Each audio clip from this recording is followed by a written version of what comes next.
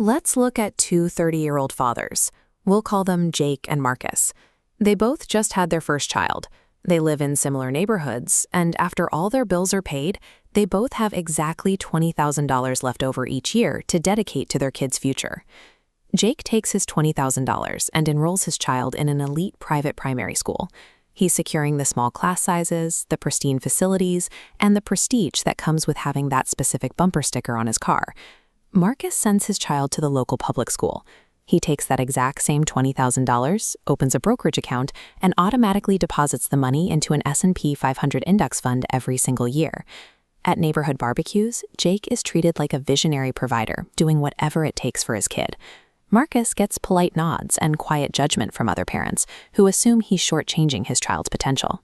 We have been trained to measure the quality of someone's parenting by the visible cost of their aesthetic performance, rather than the actual mathematical foundation they are building in the background. To be fair to Jake, wanting to give your child a competitive advantage is a deeply wired evolutionary instinct. You want to protect them. You want them to start ahead. That is a completely rational impulse. But an entire modern socioeconomic system has figured out how to monetize that exact fear. The education industry sells institutional prestige as the only legitimate safety net against a brutal, unpredictable economy. This creates a manufactured social pressure cooker. Parents are made to feel financially obligated to purchase a highly curated childhood, almost as a way to publicly prove their love and commitment. Caught in this trap, well-meaning parents voluntarily drain their own wealth. They treat a luxury consumption expense like a long-term investment, while the math on the back end tells a completely different story. Look at the first 5 years. Jake has handed $100,000 to the private school, walking away with zero financial equity. Marcus has deposited $100,000 into the market, and his visible gains are minimal. During this early phase, Marcus's cash deposits are doing almost all of the heavy lifting. The compounding is basically invisible. From the outside, Jake's private school path still feels like the much safer bet. But fast forward to year 10, and the math shifts beneath the surface of Marcus's portfolio. He reaches the compounding base. This is the critical inflection point, where a portfolio's mass gets large enough to generate its own internal momentum, completely independent of the money being deposited. In year 10 alone, assuming historical market averages, the interest Marcus's account earns mathematically exceeds his original $20,000 annual contribution. The money is now working harder than he is. Meanwhile, Jake's cash flow resets to zero every single September. There is no momentum. He is operating under a recurring debt tax that will last until graduation. Marcus has successfully built a self-sustaining financial machine. Jake is permanently trapped feeding a vacuum. Let's jump to high school graduation, year 18.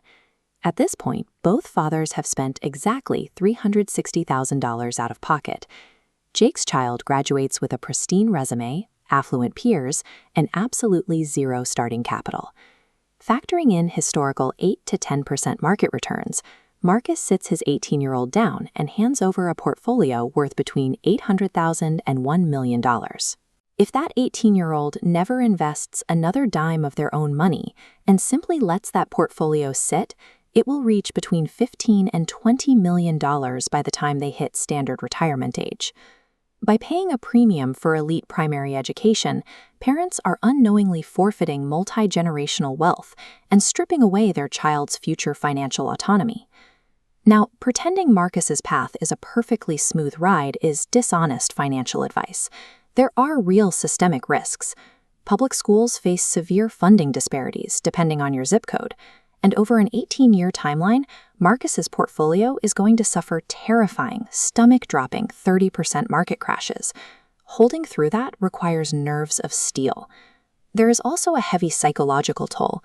Navigating the constant judgment of your peers, the people who genuinely believe you are neglecting your child's education to save a buck, is exhausting. Using index funds as a wealth-building cheat code is not a frictionless hack. It is a deliberate, difficult choice to trade short-term social comfort for long-term mathematical superiority. Real wealth is not about purchasing a highly curated, prestigious childhood. The true goal is buying walking-away money. It's handing a young adult the permanent autonomy to escape bad jobs, walk away from toxic bosses, and bypass the modern debt trap before they even hit their 20s. Jake bought his child a resume. Marcus bought his child absolute freedom. The people who look like they are securing their kids' futures usually aren't, and the people who actually are rarely look the part. If you want to uncover the hidden math behind the financial decisions you face every day, hit like and subscribe to Wealth Psyche. I'll see you in the next one.